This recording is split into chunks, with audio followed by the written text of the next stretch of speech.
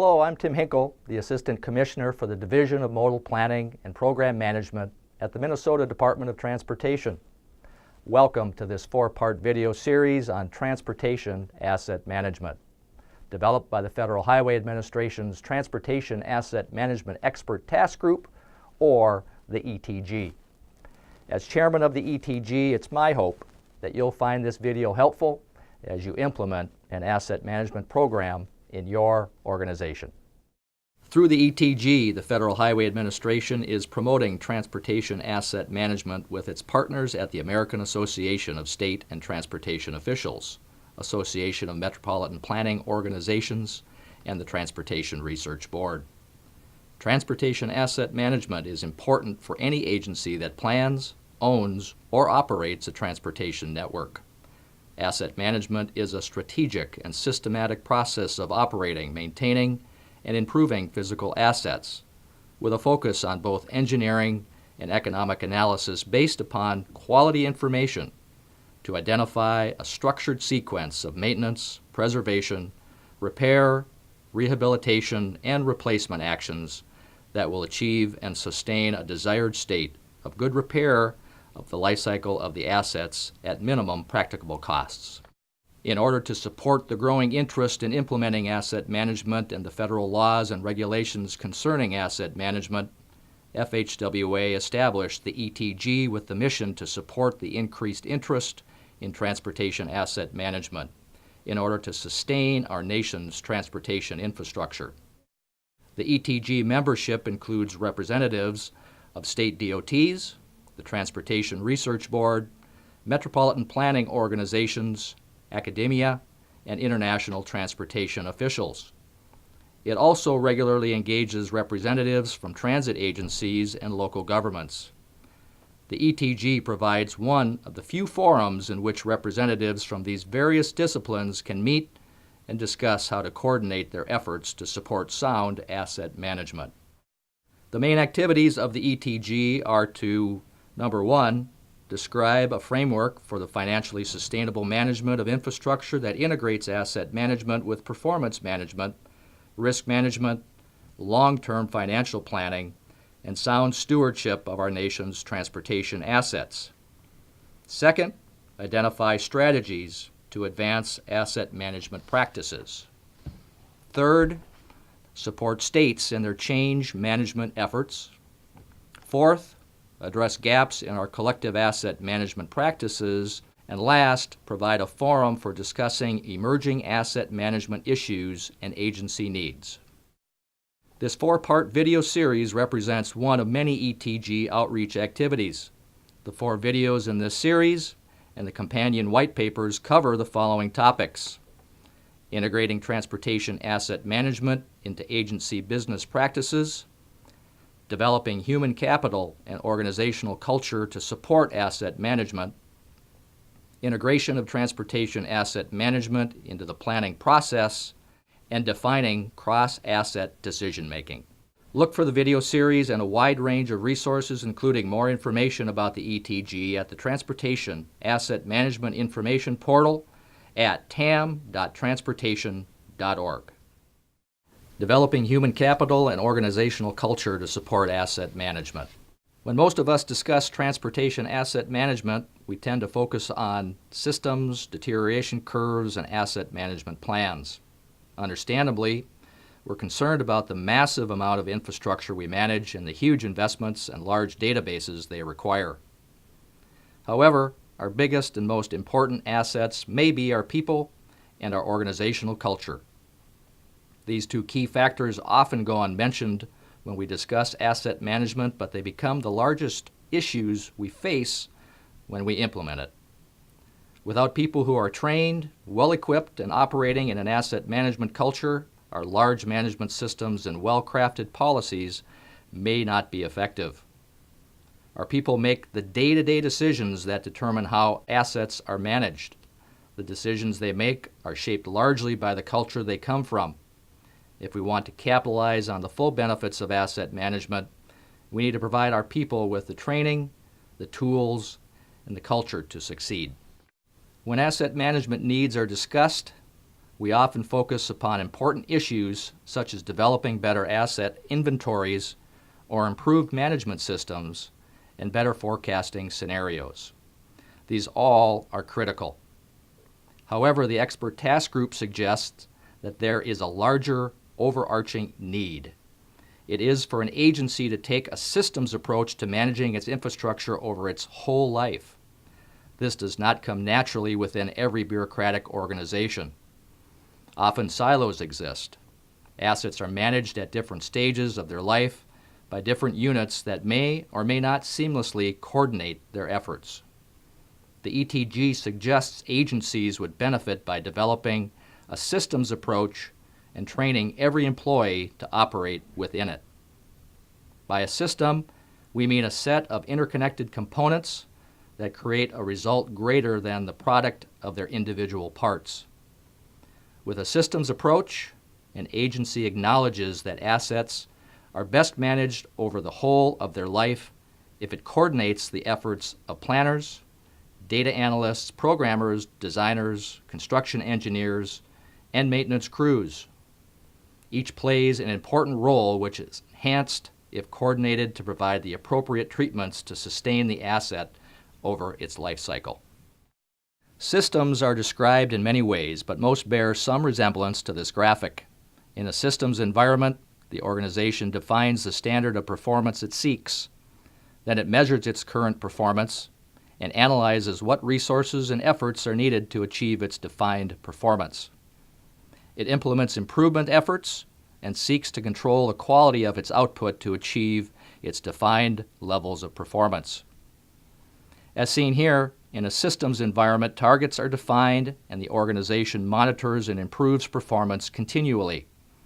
This sort of framework is common in the nearly all management systems, including the old total quality management, Six Sigma, or today's lean systems. Transportation asset management can be thought of as an overarching management framework, just like lean or Six Sigma. A difference is that asset management focuses specifically on infrastructure, making it a particularly relevant system for transportation agencies. Transportation officials understand systems. They manage the national highway system, or they manage pavement and bridge management systems. However, the systems approach is not always scaled up to encompass the organization's overall approach to managing assets throughout their life cycle. Often the people in hard hats and work boots are not conferring with the planners, the modelers, data collectors, or programmers. In a systems approach, the usual barriers would be reduced between planners, designers, construction engineers, the maintenance crews, and the data analysts who try to support all of them. Operating in a system that manages thousands of assets over 50 years of their life requires understanding that information needs to flow not only up and down through the hierarchy but across the organization. Peers and other work units often are strongly influenced by the action of others. It's common in some states for the pavement data collection crews to record that a pavement section improved without knowing why. To understand why, they need to investigate what projects or maintenance activities occurred on the section since their last inspection. With a systems approach, the projects and pavement treatments planned and delivered would be readily accessible to the pavement analysts. Concurrently, the pavement analysts would produce reports to the field crews, the programming staff regarding which sections require which treatments. If the pavement treatment recommendation from the pavement management system is in error, the field staff would confer with the pavement analysts to refine the model's curves and predictions. The information flow would not be only vertically up and down the organization, but also horizontal. It would flow from the asset management staff to the programmers, designers, construction engineers, and the maintenance crews. Then, what happens on the roadway is recorded and shared in an enterprise-wide data system. Perhaps one of the most important skills for employees to have is the ability to work within a complex system. Each employee and work unit handles only a piece of a much larger puzzle whose overall success depends upon the cooperation of all. Everyone who touches an asset or asset data is a part of a larger process that influences how effectively the organization manages its infrastructure, its money, and its efforts. As this illustration tries to demonstrate, no one function independently drives how an agency manages its assets. The asset management policy will be ineffective if it does not influence the data and analytics, which in turn influences planning, programming, design, construction, and maintenance. If all the gears are not synchronized, the agency will not achieve the asset management performance it seeks. Let me give you an example.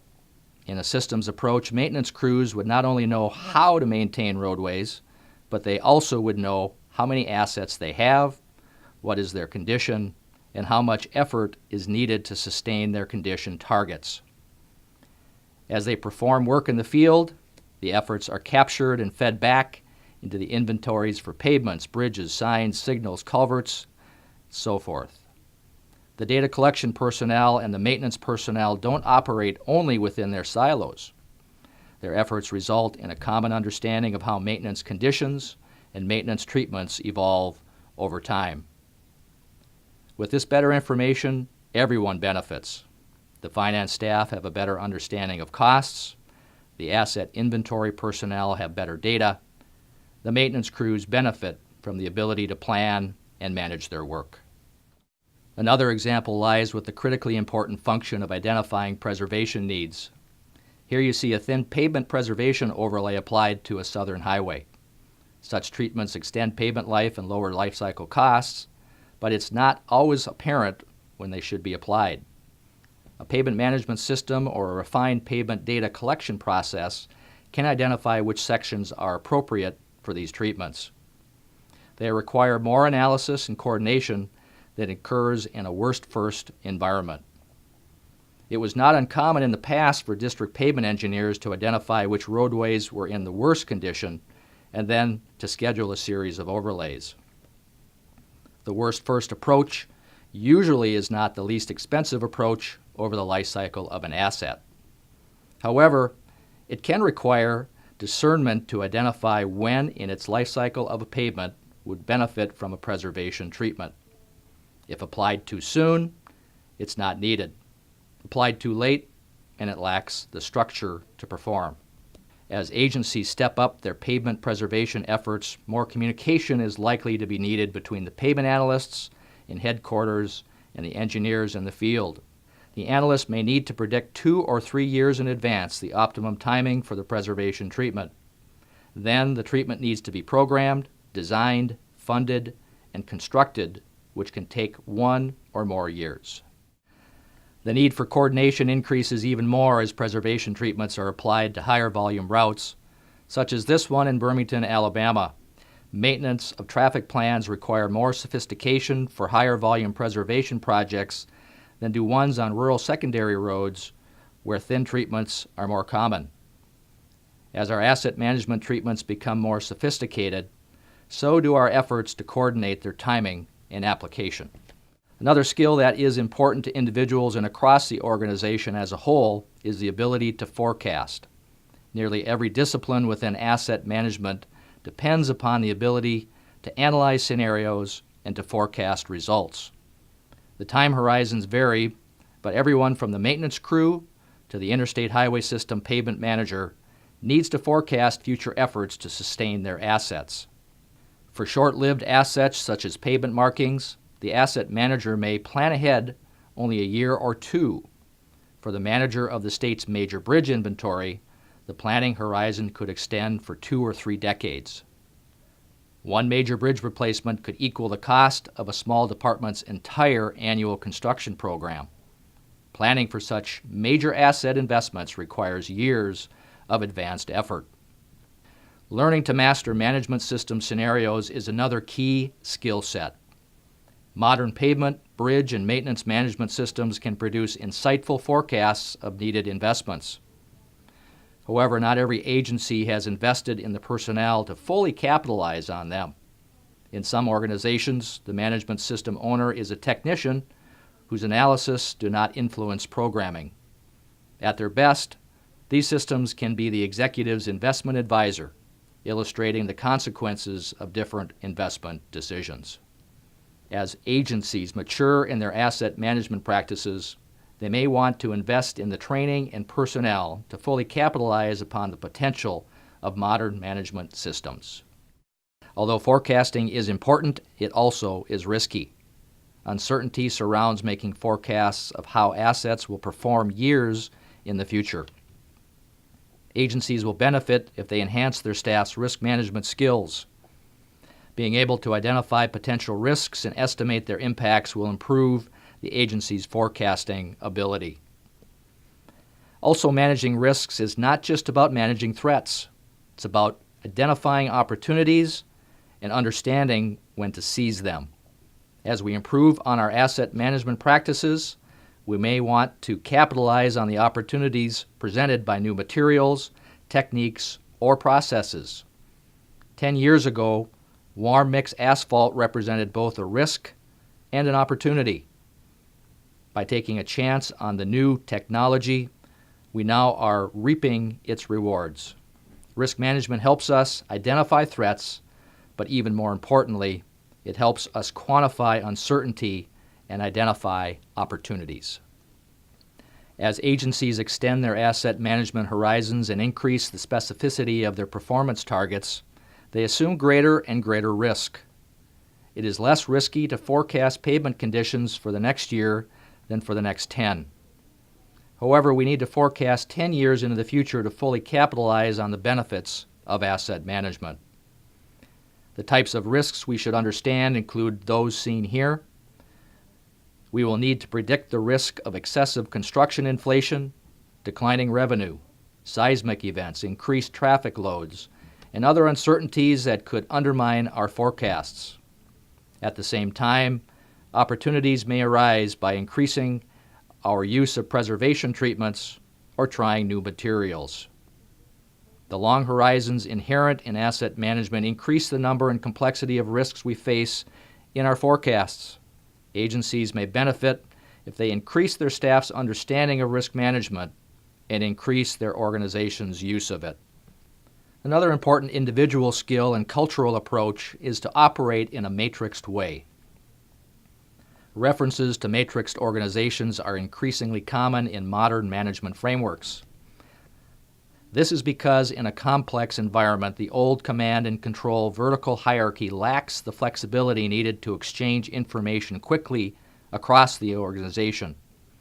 As we've tried to emphasize, no one silo can fully succeed without the help of the entire organization. As a result, organizations have encouraged a shift from the old hierarchical structure to one that also insists upon vertical integration. Although work units and individuals still report to their boss, they also are expected to collaborate and cooperate with their peers as well. Information and support flow across the organization as well as up and down it. Stressing a matrixed approach and emphasizing horizontal cooperation will more quickly spread asset management practices throughout the organization. Often agencies begin with initial asset management policies that are incomplete and have not yet fully permeated the processes of the organization. Over time, the agency more fully articulates its asset management policies, but policies alone do not guarantee that agency procedures actually change.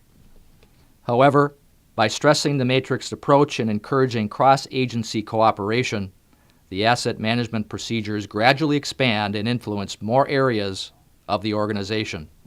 Over time, the effects of the asset management policies influence more and more agency procedures, until finally, asset management is solidly ingrained throughout the practices and daily procedures of the organization.